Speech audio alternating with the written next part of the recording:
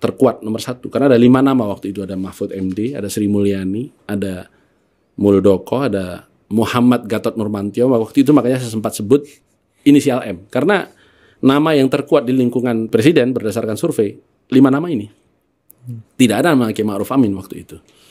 Nah, saya datang ke Pak Mahfud membuat komitmen. Mari kita sinergi Pak Mahfud. P3 mencalonkan Bapak dan kemudian Bapak membantu P3.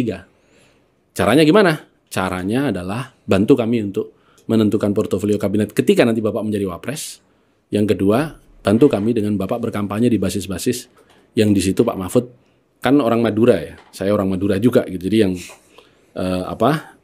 brandingnya Pak Mahfud sebagai Madura kan lebih kuat karena beliau besar di sana. Kalau saya kan besar di Jogja gitu. Nah, saya minta untuk kampanye. Oke, clear.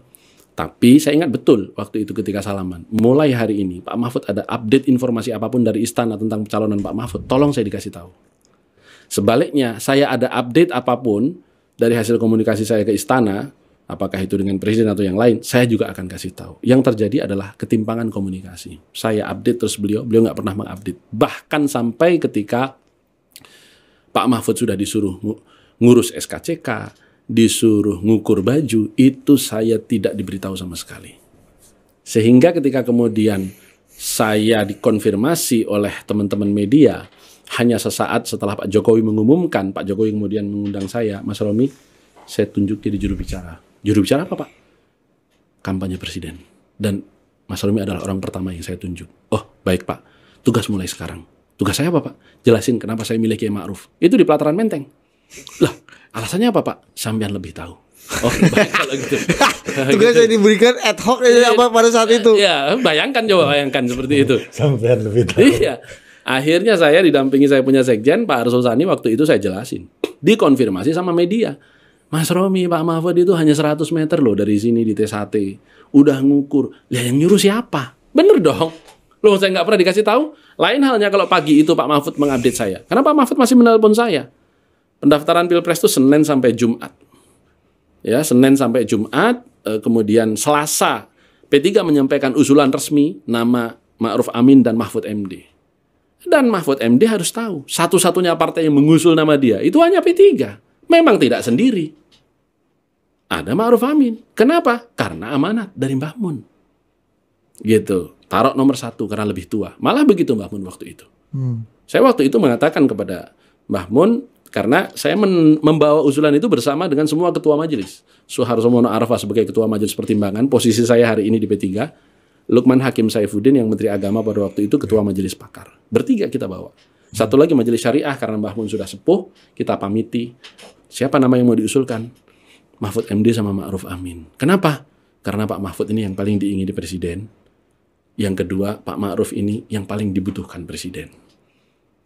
Taruh Pak Ma'ruf nomor 1. Karena lebih tua. Apa nggak ada calon lain buat nonton Mbah? Nggak ada Mbah. Ya sudah berangkat. Ya sudah berangkat. Jadi ini yang pada waktu itu saya jelaskan kepada Pak Mahfud juga di Dharma Wangsa itu. Karena setelah peristiwa pengumuman Kiai Ma'ruf itu sore, Kamis sore pada waktu itu, saya telepon ke Pak Mahfud malamnya, bilang tadi itu betul dipanggil presiden. Besok harinya saya telepon udah nggak diangkat. Sampai tiba-tiba muncul di LC itu. Gara-gara Pak Mahfud marah. Yang katanya bilang saya bohong. Nggak ada itu. Saya jamin. Sampai hari akhir. Ila yaumil akhir. Nggak pernah saya kata atau mengatakan Pak Mahfud itu bohong itu. Sekitar jam 10. Saya lihat di media. Wah. Berarti confirm Pak Mahfud. Karena udah clear berarti Caimin. Pak Erlangga. Ke Bu Sinta. Ke rumahnya Bu Sinta. Gus Dur. Ada apa ya? Bingung saya kan. Rupanya setelah itu mereka berdua pergi ke Bu Mega dan mengatakan, Bu, kalau Pak Jokowi tetap mengajak Pak Mahfud MD, maka Golkar dan PKB keluar dari koalisi, kami maju sendiri. Jadi kalau besok ada Erlangga Caimin, itu sejarahnya sudah bibit-bibitnya dimulai tahun 2019. Makanya saya katakan, gak usah malu-malu lah, maju aja lagi sekarang. Maju beneran. Itu membela kehormatan partai dan sekaligus membela politik berbasis partai. Oke, jadi kembali yang quote unquote, saya nggak mau ngomong mengancam ya, tapi kan tadi Pak Mahfud ngomong ada yang mengancam akan keluar kan koalisi. Ya itu Pak Erlangga dan Golkar dan PKB. Oke, kembali ke peristiwa Anda. Jam 2 Anda menuju pelataran, iya kan? Enggak. Jam 2 Jam saya 2 ditelepon diminta untuk siap-siap ke pelataran. Oke, bersama sekjen bawa stempel. Ya, 3:30 saya ditelepon untuk belok ke istana, nggak jadi ke pelataran. Itu Anda sudah di jalan? Masih di DPP kan dekat kan ya. Diponegoro. Saya masih tapi sekjen saya udah jalan ke pelataran. Oke. Saya langsung telepon sekjen saya Pak Arsul, Mas, ya. putar haluan balik ke DPP, ada perubahan, nanti saya kasih tahu. Apa Gus? Nanti saya kasih tahu. Mas Romi mencelat ke istana. Saya langsung ke istana. Terus jangan kasih statement apapun kepada wartawan. Pak Mahfud ya? Kayaknya. Saya bilang gitu. Begitu sampai istana, sudah ada Pak Jokowi, sudah ada Pak Surya Paloh, Caimin sama Pak Erlangga. Itu jam berapa, Mas? Kira-kira 3:30 Oke. sore. Setelah saya Kumpul duduk, semua ya koalisi. Bu Mega ada? nggak ada. Setelah saya duduk, langsung Pak Jokowi, Bapak kita sudah lengkap. Sebentar Pak izin. Ibu gimana? Ibu menyerahkan kepada hasil rapat keputusan ini. Oh baik Pak. Karena memang sudah berkali-kali Ibu menyatakan, Dek, soal wapres, runding sama koalisi, saya sudah punya presiden. Gitu. Fair dong. Iya. Gitu. Terus yang kedua saya tanya lagi, Pak Oso gimana Pak? Karena yang saya sebut partai parlemen kan, karena kita kan ngusungnya itu pakai kursi kan, bukan pakai suara. Nah, Pak Oso sudah terlanjur di pelataran Menteng, nggak mungkin ditarik. Udah duduk kawan di sini Pak Oso ya. Nanti saya kasih tahu kata presiden. Dan Pak Oso pasti ikut presiden punya mau. Ya, setelah itu di situ begitu duduk, presiden yang pertama kali menyampaikan, nggak ada sebelumnya interupsi dari ketua umum partai politik manapun. Ya, presiden yang di situ menyampaikan dengan tegas. Per jam 2 tadi, saya memutuskan tidak jadi mengambil Mahfud MD. Kaget saya kan. Dan Presiden membaca ekspresi kekagetan saya itu. Sepertinya yang kaget hanya Mas Romi saja. Gitu Presiden. Sepertinya yang kaget hanya Mas Romi saja. Itu Caimin nyeletuk. Saya masih ingat. Sponsor Pak, sponsor. Bilang gitu. Karena dia tahu ada surat saya yang hari Selasa itu.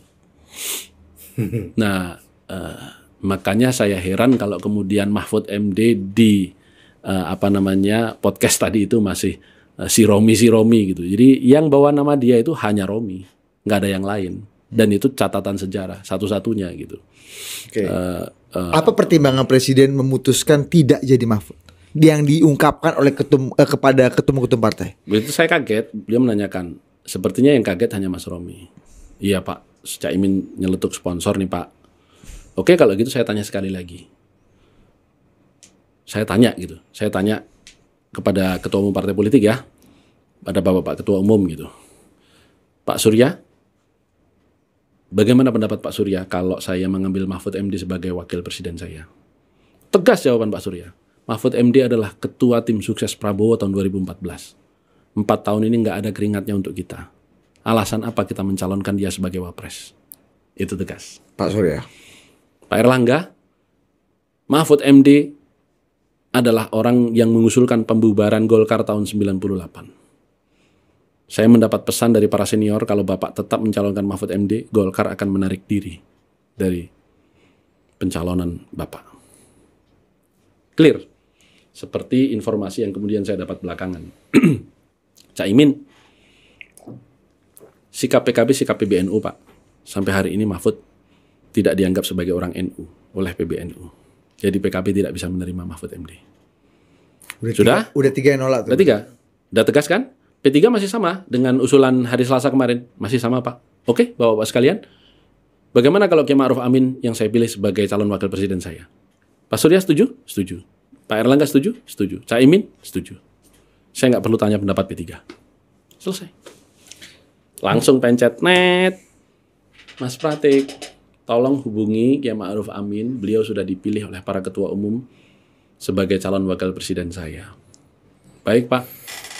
Dan jangan lupa suruh ngukur jas. Sudah kemarin Pak. Loh, kok kemarin? Memangnya disuruh apa? Suruh baca doa Pak besok. Oh kalau gitu jadi wakil presiden dan baca doa. Dan itu yang terjadi di Gedung Juang hari Jumat pagi.